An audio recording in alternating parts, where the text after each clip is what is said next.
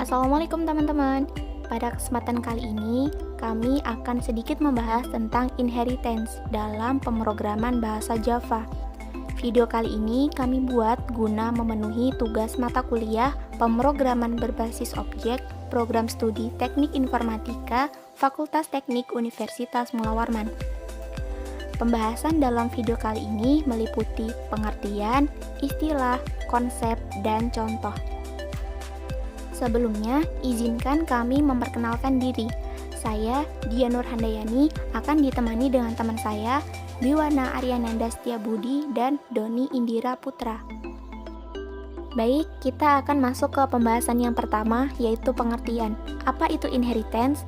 Atau biasanya teman-teman lebih akrab menyebutnya dengan pewarisan, yaitu sebuah proses di mana proses tersebut membutuhkan properti yang meliputi atribut dan metode dari kelas yang lain. Kelas yang mendapatkan properti dari kelas referensi termasuk sebagai subkelas, atau kita lebih akrab menyebutnya dengan kelas anak. Sedangkan kelas yang sebagai referensi disebut sebagai base class, atau disebut juga dengan kelas orang tua. Selanjutnya kita akan masuk ke pembahasan istilah. Di sini ada beberapa istilah yang ada di dalam inheritance. Yang pertama ada extends, yaitu keyword yang harus kita tambahkan ketika kita ingin mendefinisikan kelas menjadi sebuah subkelas. Yang kedua ada superkelas atau kelas orang tua. Superkelas digunakan untuk menunjukkan hierarki kelas yang berarti kelas dasar dari subkelas atau kelas anak. Jadi, superkelas inilah yang nantinya akan mewarisi sifat-sifat yang mampu diakses oleh subkelas teman-teman. Lalu, apa itu subkelas? Subkelas itu sendiri adalah kelas anak atau turunan secara hierarki dari superkelas. Nah, yang terakhir ada super, yaitu keyword yang kita gunakan untuk memanggil konstruktor dari superkelas atau menjadi variabel yang mengacu pada superkelas. Nah, itu tadi beberapa istilah yang terdapat di dalam inheritance. Pembahasan selanjutnya akan dijelaskan oleh teman saya, Doni Indira Putra. Oke, kita mempelajari konsep ya. Di konsep inheritance ini ada 3 yang dijelaskan. Pertama ada query as. Nah, query as ini maksudnya adalah pada saat kita membuat sebuah parent, nah kita sudah tidak perlu lagi untuk mendeklarasikan properti atau metode yang ada di kelas induknya ke kelas anakannya, atau kita tidak perlu mendeklarasikan ulang properti dan metode yang ada di kelas induk atau kelas parent, terserah nyebutnya apa, ke kelas anakannya atau childnya. Itu untuk query as. Untuk yang inheritance hierarki ini, itu maksudnya pada saat kita membuat sebuah inheritance, konsep inheritance, jelas dia akan terbentuk seperti mungkin piramida. Dia akan membentuk sebuah piramida yang mana nanti dia ada parentnya. Parent ini memiliki anak-anakannya, nanti anak-anakannya memiliki anak-anakannya lagi. Nah, untuk yang ketiga ini, properti dan metode dari kelas induk itu bisa diturunkan, tapi tergantung kita mau menurunkan atau tidak. Misalnya kita mau membuat dia tidak ingin diturunkan ke kelas anakannya, kita bisa mengubah hak aksesnya menjadi private. Nah, kalau kita ingin membuat properti dan metode dari kelas parentnya atau kelas induknya bisa digunakan di kelas anakannya, maka kita mendeklarasikan dengan hak akses protected atau public agar bisa diakses di kelas anakannya. Nah, di sini ada beberapa tipe dari inheritance. Pertama, single inheritance. Single inheritance ini cuman parent sama child atau kelas induk sama kelas anakannya aja. Nah, untuk deklarasinya seperti yang di samping ini, public class A. Nah, ini public class A adalah parentnya. Setelah itu kita buat anakannya dengan menambahkan kata extends di sini. Jadi public class B extends A ini maksudnya adalah kelas B ini adalah subclass atau anakan dari kelas A. Seperti itu. Nah, untuk multi level inheritance di sini kita yang dimana sebuah indukan, kelas induk memiliki subclass atau anakan dari kelas induknya. Nah, tetapi si kelas anakannya ini menjadi parent juga dari kelas C. Jadi kelas C ini adalah anakan dari kelas B. Nah, untuk deklarasi kodenya seperti yang di samping ini ya, public class A. Nah, public class A ini mempunyai anakan yaitu kelas B, dan kelas B mempunyai anakan yaitu kelas C. Seperti itu. Untuk hierarchical inheritance ini, yang dimana kelas A punya anak kelas B dan kelas C ya. Jadi nanti kelas A ini parentnya, kelas B dan kelas C ini memiliki karakteristik, maksudnya properti dan metode yang sama seperti kelas A. Nah, deklarasinya di sini ada public kelas A. Nah, kelas A ini memiliki anak kelas B dan kelas C menggunakan extends. Begitu. Nah, untuk yang multiple inheritance ini, si kelas C itu memiliki karakteristik atau properti dan metode seperti kelas A dan kelas B, yang maksudnya kelas A dan kelas B ini adalah parentnya dan kelas C ini adalah anakannya. Seperti itu. Jadi kelas A dan kelas B ini bisa kita misalkan bapak dan ibu. Bapak dan ibu memiliki anaknya yaitu kelas C. Kelas C ini memiliki karakteristik seperti ayah dan ibunya. Seperti itu. Nah, untuk deklarasinya di sini bisa dengan kelas A dan kelas B. Habis itu kelas C ini adalah anakan dari kelas A dan kelas B. Tetapi untuk yang multiple inheritance ini tidak didukung oleh bahasa pemrograman Java. Jadi yang didukung pada bahasa pemrograman Java itu hanya 3 ini aja: single inheritance, multi-level inheritance, dan hierarchical inheritance.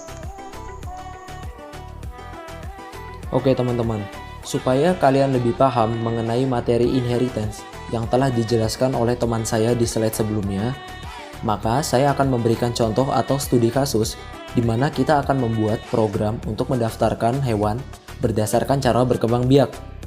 Sebagai contoh, kita membuat 2 kelas, yaitu kelas mamalia dan kelas reptil. Di kelas mamalia akan diberikan atribut seperti nama, warna, habitat, cara berkembang biak, waktu mengandung, dan metode berjalan. Selanjutnya, kita melakukan hal yang sama di kelas reptil dengan memberikan atribut seperti nama, warna, habitat, cara berkembang biak, waktu mengerami, dan metode berjalan. Nah, teman-teman, bisa kita lihat bersama ya, bahwa di dalam kelas mamalia dan di dalam kelas reptil memiliki beberapa kesamaan dalam hal atribut dan metodenya. Jadi, disinilah konsep inheritance akan berguna, sebab konsep tersebut dapat digunakan untuk memanfaatkan fitur code reuse atau penggunaan kembali kode yang ada guna menghindari duplikasi kode pada program, sehingga program yang kita buat bisa lebih efisien. Setelah menggunakan inheritance, maka akan menjadi seperti ini.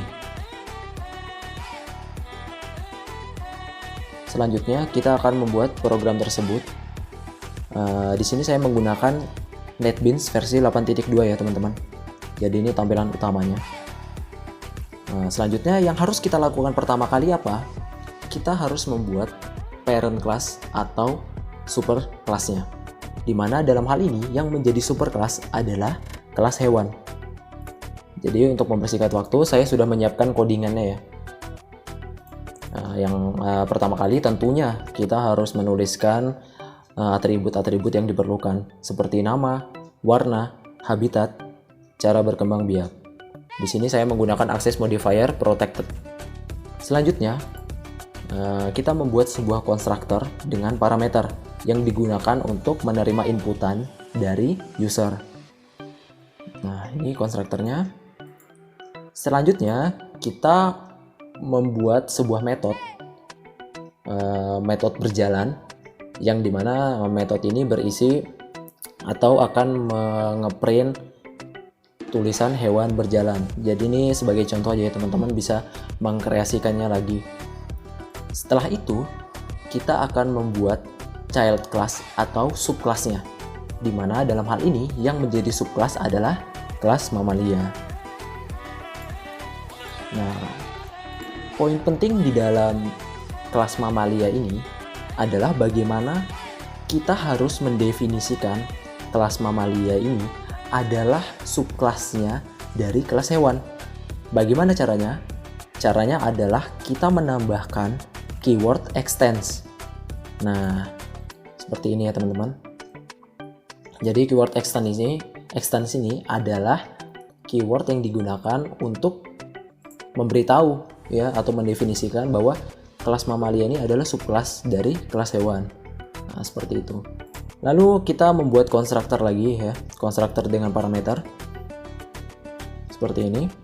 Nah, lalu karena kelas mamalia ini adalah subkelas dari kelas hewan, maka konstruktornya juga begitu. Jadi, kita harus memanggil konstruktor yang ada di superkelasnya untuk diambil oleh kelas mamalia.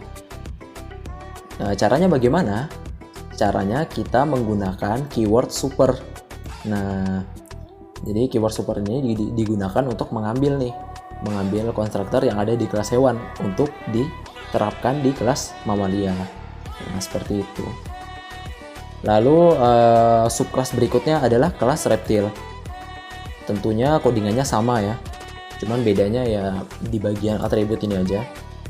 Yang mamalia atributnya adalah waktu mengandung.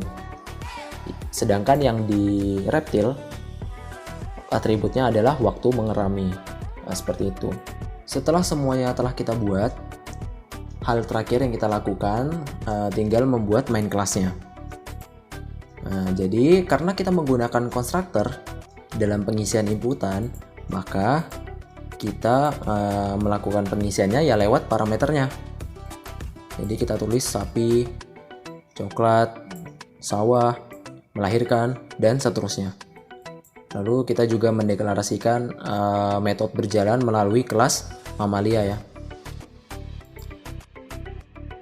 Begitu juga dengan kelas reptil, sama mengisi inputannya melalui parameter karena dia juga konstruktor. Selanjutnya tinggal kita jalankan programnya aja dengan cara klik kanan, pilih run file atau shortcutnya teman-teman bisa menekan tombol shift plus F6. Nah, hasilnya seperti ini ya, berhasil. Jadi ada daftarnya hewan mamalia, nama sapi, warna coklat, habitat sawah, cara berkembang biak melahirkan, waktu mengandung 9,8 bulan. Nah, lalu juga metodenya ternyata berhasil ya. Di sini terprint tulisan hewan berjalan. Lalu begitu juga dengan hewan reptil, nama buaya, warna hijau, habitat rawa-rawa, cara berkembang biak bertelur, waktu mengerami 1,2 bulan. Oke, program kita berhasil. Jadi, kesimpulan yang bisa kita ambil dari materi ini adalah konsep inheritance merupakan konsep yang sangat berguna dalam pemrograman bahasa Java, khususnya OOP atau Object Oriented Programming, sebab konsep ini digunakan untuk memanfaatkan fitur code reuse atau menggunakan ulang source code yang ada untuk menghindari duplikasi kode pada program. Sekian penjelasan dari kelompok kami. Semoga kalian bisa mengerti dan paham mengenai konsep inheritance dalam pemrograman bahasa Java. Kurang lebihnya mohon maaf. Kami ucapkan terima kasih. Dan ingat, stay safe, stay clean, and stay healthy di rumah aja. Wassalamualaikum warahmatullahi wabarakatuh.